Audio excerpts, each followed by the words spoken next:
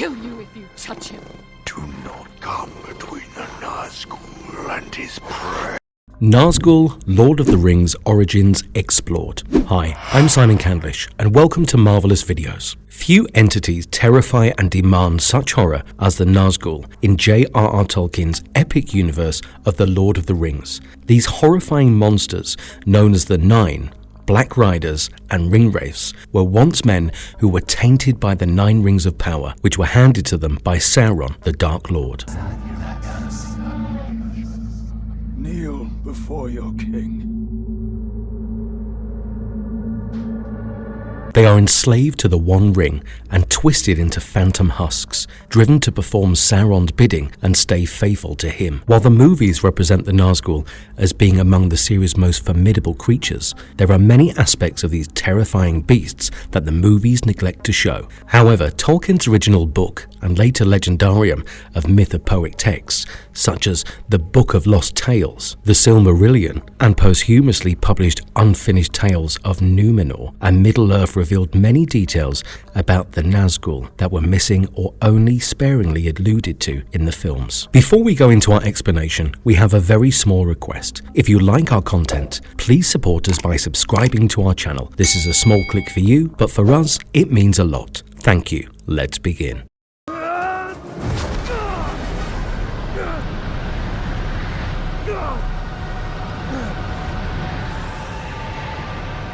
Submit to your destiny.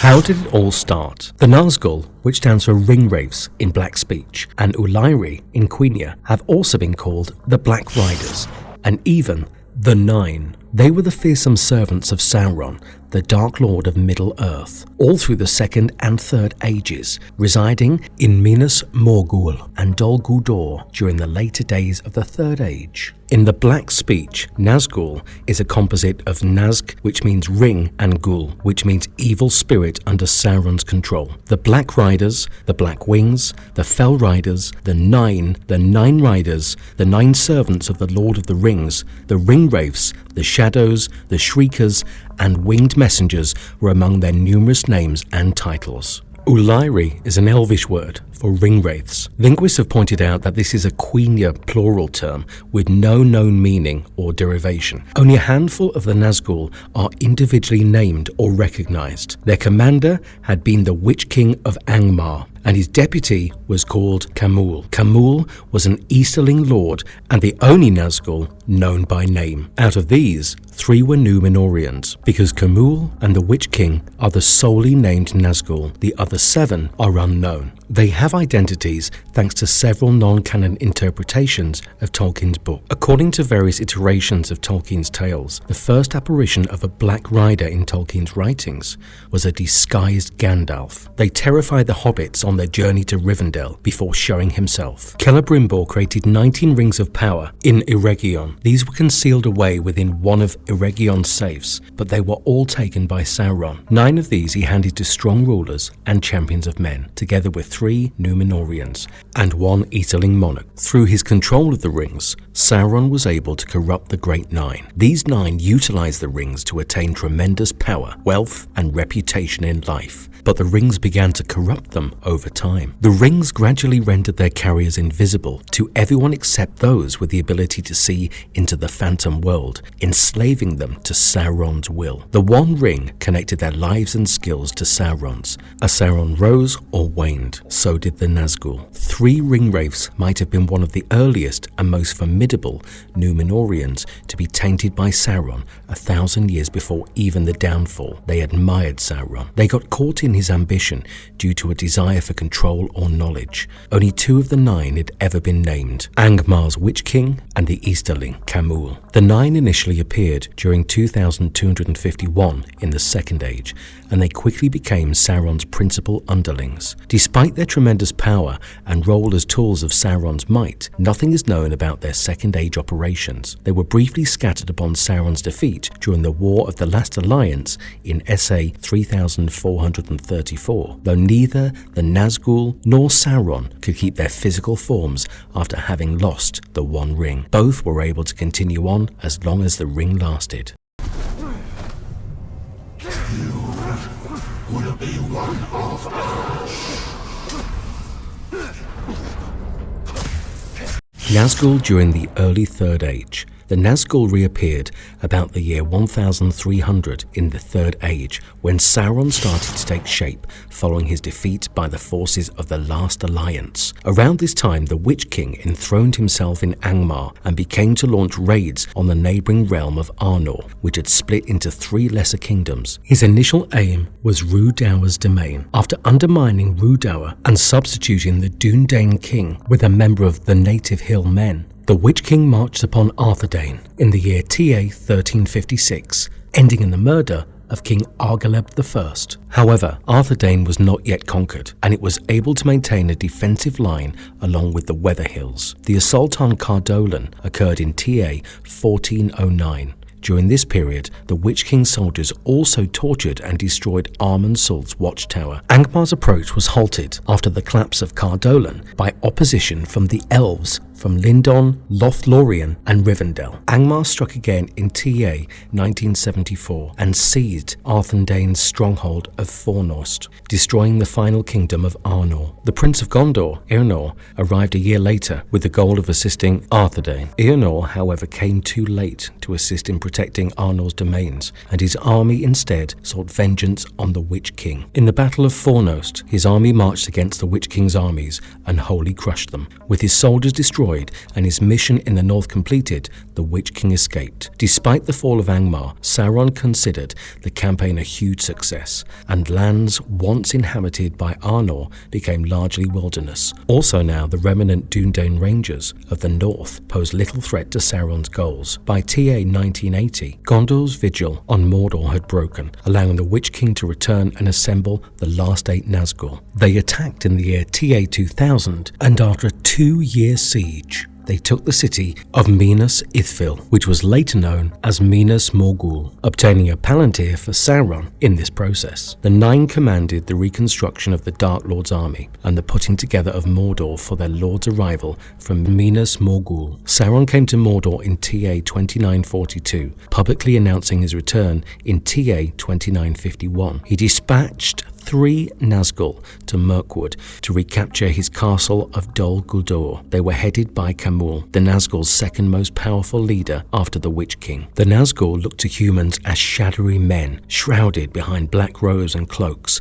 that stretched down to their feet. They were shapeless and invisible without their cloaks, except to the holder of the One Ring. Whenever the Witch King lifted his hood, a crown became apparent, despite the fact that his face was phantom, and a crimson fire flared in between his crown and his intangible shoulders. The murderous glitter of his eyes could even be noticed at the Battle of the Pelennor Fields. When Frodo slipped on the ring when he was at Weathertop, he was clearly able to discern the Nazgul's shapes. They were tall and they wore grey robes beneath their black cloaks. Their locks were grey and they donned silver helms, with the exception of the Witch King, who donned a crown. Their eyes were ruthless and penetrating, yet their hands were frail. The Witch King wielded a knife, which glowed palely in the light. It's worth noting that the Witch King's entrance in The Hobbit, An Unexpected Journey, is the very first time we see one of the Nazgul in their original form without the One Ring. Harry Potter's books, Dementors, are frequently linked to the Middle-earth's Nazgul.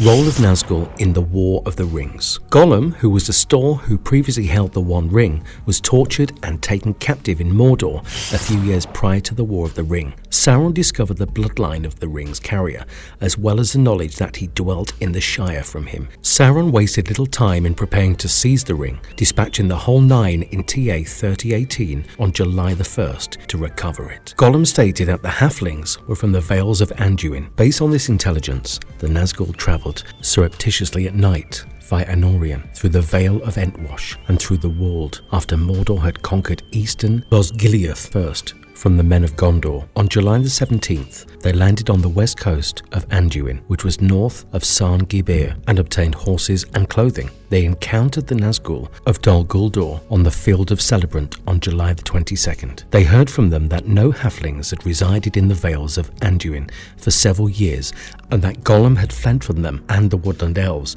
after being recaptured by Sauron's orcs. They kept riding north through the country between the Misty Mountains and Lothlorien, but they did not learn anything new and returned south. When they returned to the Wold in September, emissaries from the Balador brought them horrible threats from Sauron, as well as word that Saruman might know where the Shire was. They rode brazenly across Rohan at a fast pace, as Sauron had directed, driving many to run in horror. Saruman locked the gates and had to use his voice to declare he didn't possess the ring or information of its whereabouts, where they arrived in Isengard 2 days after Gandalf's escape. The horsemen then started their pursuit of Gandalf in Rohan, wherein they discovered and questioned Grimer Wormtongue. They learnt the whereabouts of the Shire from him, but they let him go due to his dread of them and his capacity to carry out further evil against Saruman. According to another tale, he only discovered Gandalf's escape when the riders came and sought to beg forgiveness from him. The wizard Saruman disclosed the Shire's location out of spite,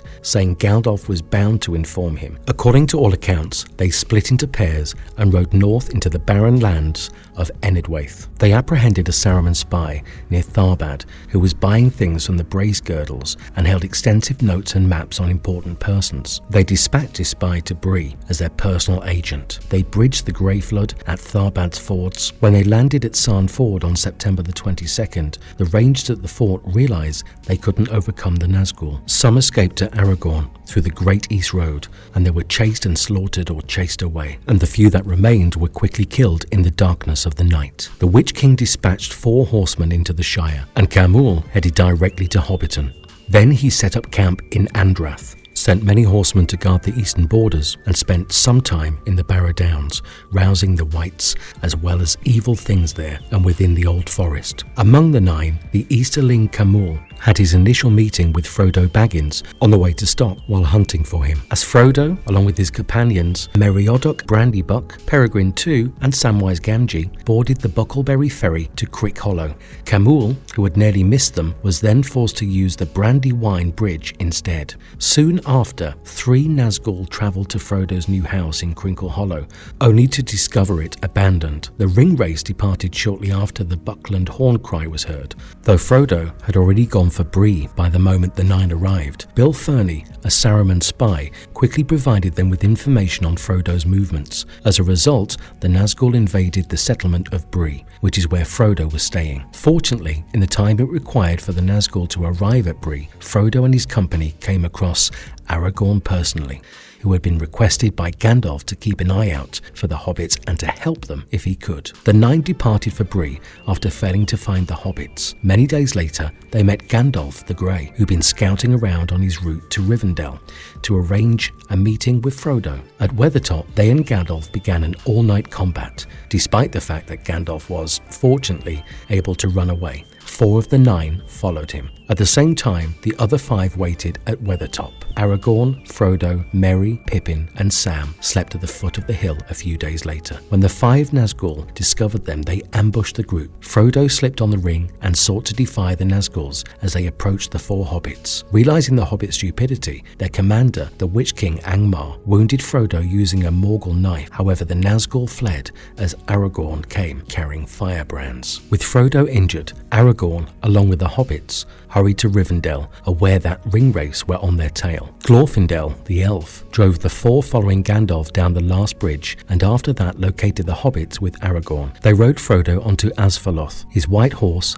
and raced to Rivendell. The Nazgul regrouped and persuaded him as well as Frodo until they arrived at the ford of Bruinen, when the 9 demanded Frodo hand over the ring. Frodo restricted and challenged them. Goaded, the Nazgul travelled across the river and forcibly took the ring. However, the water of the Bruinen rose, and Elrond's command, forming a mighty wave and washing the 9 away, slaying their horses and leaving them formless. This delayed their search for the ring, as they had to travel to Mordor on foot. The Nazgul were compelled to abandon their quest for the ring after retreating to Mordor in abject defeat. The 9 were given fell beasts to substitute their horses at this stage. One of them was shot down by Legolas around Sarn Gibir, while Frodo and Sam were travelling through the dead marshes, and Nazgul circulated above them. Nazgul crossed through the wilderness 3 times before Mordor, making Gollum worry they learned about the ring. Sauron dispatched another of the Nazgul to Orthanc. When Peregrine Took gazed into the Palantir of Orthanc,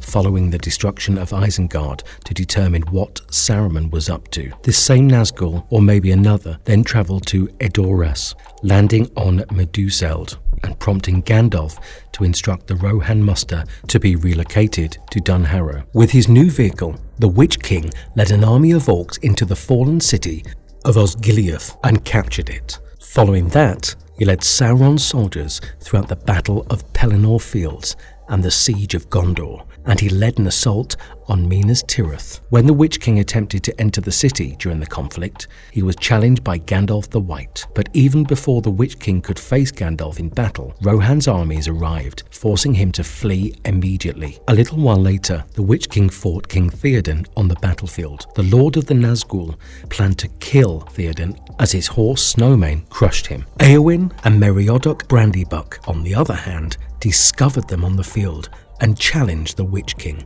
The Witch King assaulted Éowyn with his mace after she killed his winged mount. He was about to murder her after injuring her arm, and Meriadoc attacked him from behind, using his Westerosi-made barrow blade. The Witch King shrieked in agony, and Éowyn thrust her sword through his crown and body, murdering him, Glorfindel's prediction. The remaining 8 Nazgul, riding on fell beasts, assaulted the army of the West at the Battle of the Black Gate. The Nazgul were eventually faced by the Eagles, headed by Gwaihir. At the same time, Frodo Baggins seized the ring for himself near Mount Doom's flames. Sauron became highly conscious of him, in addition to his own foolishness. Enraged and anxious, Sauron sent the Nazgul to travel as fast as they could to Mount Doom to capture the ring. The Nazgul, however, failed, and the ring was flung into the flames of Mount Doom as Gollum nipped Frodo's finger and fell into the cracks of Doom alone, carrying the ring. The destruction of the ring immediately vanquished Sauron, causing Mount Doom to erupt and destroying all 8 Nazgul. Their mounts were killed in the explosions, and their shape and power vanished forever with the loss of the ring's power.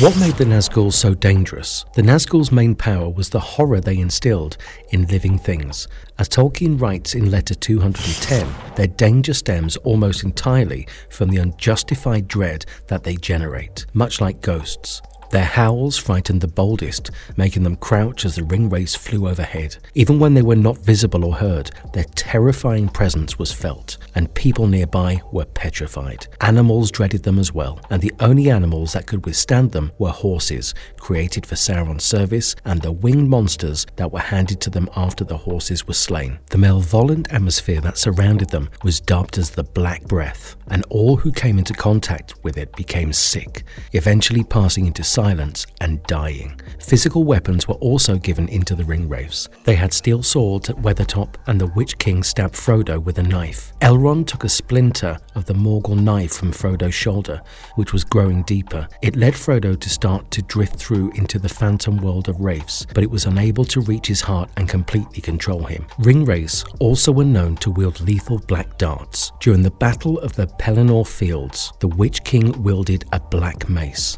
The Nazgul could not be killed with arrows, and only certain weapons imbued with exceptional powers like Merry's Sword of Westerness could deal significant damage to them. Any blades that penetrated the Witch King were obliterated. The Nazgul lived mainly in the world of wraiths and used their capes to give them shape during dealings with the living. When their mounts and camouflages were damaged, they were compelled to go to Sauron for replacements. In the realm of light, the Nazgul had weak vision, but they were conscious of the existence of other creatures, and their sensitivity became more powerful in the dark, they were drawn to the ring, and they could sense living beings by the scent of their blood. They could also perceive creatures with a foothold in the phantom world, which included the One Ring's bearer and great elves with authority over the unseen, just like Glorfindel. Anyone who could look into the world of the Wraiths, as Frodo could on Weathertop, and also the Ford of Bruinen, could see the Nazgul. The Witch King's power could also be used to affect objects and people,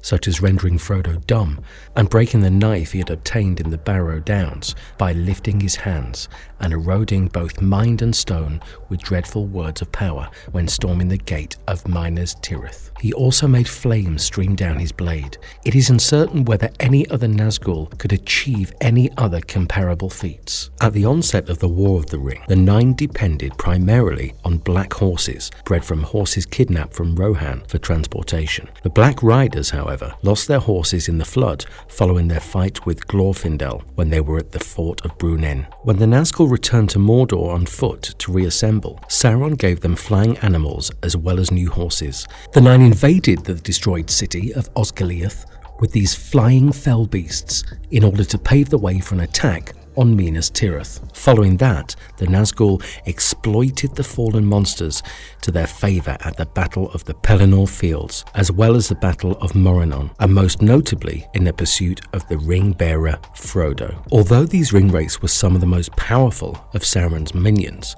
they had flaws that could be exploited. One of them was natural light. Except for the Witch King of Angmar, not one of them could function effectively under the sun, and therefore feared it. Except for the Witch King, all the ring wraiths disliked water. However, it appears that J.R.R. Tolkien abandoned this weakness in the published edition, since it was a complicated premise to sustain. Aragorn employed fire to chase the ring wraiths back from Frodo at Weathertop. Even the Witch King was afraid of fire. Aragorn, and also the hobbits that followed Frodo, used the Ford of Bruinen to aid Glorfindel and force the ring wraiths in the Roaring Lake. Except for the Witch King, the ring wraiths had little actual influence over an adversary who was powerful enough to withstand their aura of dread. Middle-earth heroes such as Glorfindel, Gandalf, and Aragorn were able to fight a ring wraith alone and vanquish or avoid them if they were not faced by multiple ring wraiths or the Witch King. However, only a handful could withstand them all at once. Glorfindel was successful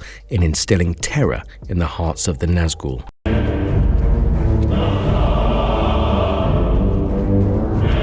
The role of the Nazgul in the Lord of the Rings and Hobbit film series. The thunderous shrieks of Jackson's wife, as well as screenwriter Fran Walsh, accentuated the Nazgul in Peter Jackson's movies. Andy Serkis plays Camul, who speaks briefly in The Fellowship of the Ring. At the beginning of the first film, the Nazgul are the significant adversaries. Their dialogue has been altered, the chat with Gaffer Ganji has been deleted, and the interaction with Farmer Maggot has been trimmed. They are milky white ghostly entities in the unseen. Following the demise of the Witch King during the third movie, the other 8's particular fates are unknown. The 9 mostly remain substantially unmoved from their original positions, with the most noticeable alterations being in The Lord of the Rings, The Return of the King, mainly focusing on the Witch King. In the movie's extended edition, he is established as being mightier than Gandalf the White, smashing his stick during a brief encounter. He is only shown riding his fell-beast steed, and never without his hood. Ben Price,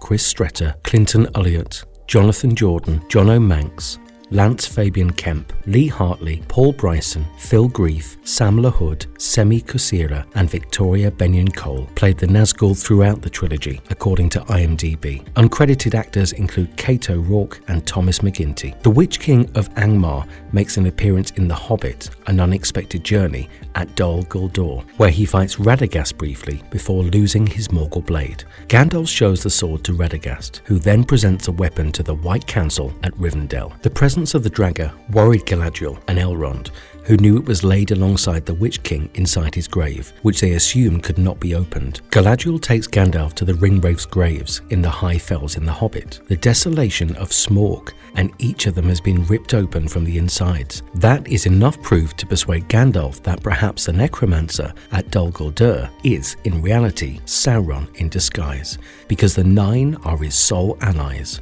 After Galadriel saves Gandalf from his cell fell in Dol Guldur in The Hobbit, The Battle of the Five Armies, the 9 Ringwraiths appear in ghostly armoured replicas of their former selves. The 9 battle Elrond, Galadriel and Saruman and appear to be exiled by them. The wizard Radagast arrives to rescue Gandalf, but within a few seconds, Sauron emerges, accompanied by the 9. The Witch King appears to knife Galadriel, but she immediately transforms into the shape she took in the Fellowship of the Ring and annihilates the 9, leaving just Sauron. Following a brief conflict, Sauron and the Ringwraiths retreat to Mordor. They emerge in armour in the attack on Dol Guldur, ghostly replicas of their mortal bodies. During the battle involving Galadriel and Sauron, their live bodies appear to fade in and out of existence like holograms.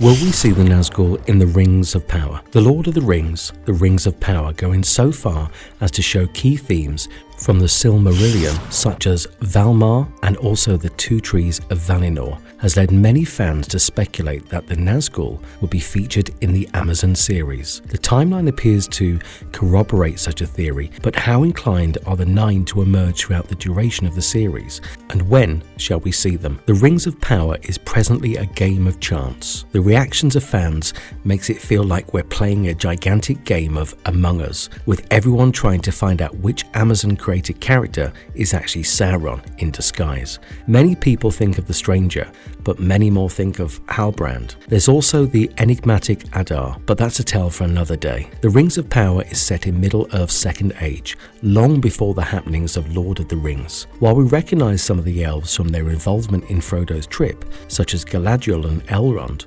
many other figures are unknown to fans, based on how much additional reading you've done outside of Tolkien's 3 main tomes. While some elves do not appear in The Lord of the Rings for a number of reasons, just a few humans do. There are dozens, if not hundreds of decades between the Rings of Power and the occurrences of The Lord of the Rings. However, this is partly altered by the TV series' time compression. You can't even expect the Númenóreans, in spite of being supermen, to last that long. As a result, everyone is now playing a contest with the show's human characters and trying to guess if there'll be future Nazgul, partly because imagining the destiny of the show's characters has always been fun. We'd be astonished if the show opted to abandon the 9, given their importance in Sauron's ascent to power. With that said, it would be quite some time before the Ringwraiths appear. For one thing, in Season 1, Sauron has yet to expose himself as a Dark Lord to the Free People. If our predictions are correct, the Rings of Power will not be formed until the 2nd or 3rd season. The most challenging obstacle is that the 7 of the 9 Black Riders have mysterious pasts. This raises the question, will Amazon go to the work of showing all of their histories? Khamûl and the Witch King are simple to emphasize, but what about the rest of them? One solution to this problem is to herald their arrival using a narrational montage. The audience is familiar with the Nazgul, so there's no need to go into the specifics of every one of their beings in order to portray them as intriguing antagonists, because the Rings of Power is set to last for 5 seasons, concluding with the fall of Númenor and the War of the Last Alliance. Viewers may anticipate Sauron to deliver the 9 rings to men and establish the Nazgul at some time between the rings making and his final annihilation. Unlike many other recognizable characters that are easy to rule out as starring in the Rings of Power in recent weeks, there's really no reason we shouldn't see the Nazgul in the series, so keeping a watch out for them sometime down the line makes sense, at least for now.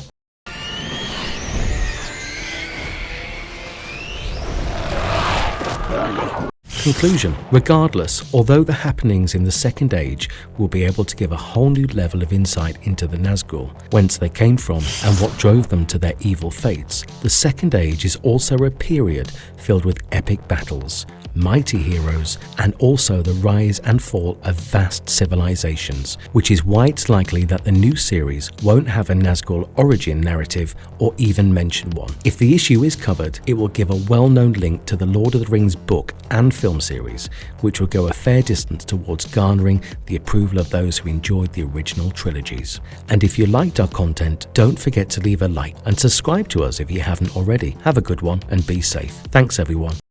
The newest of the Nazgul traveled with his brothers to the Shire in pursuit of the new Ringbearer.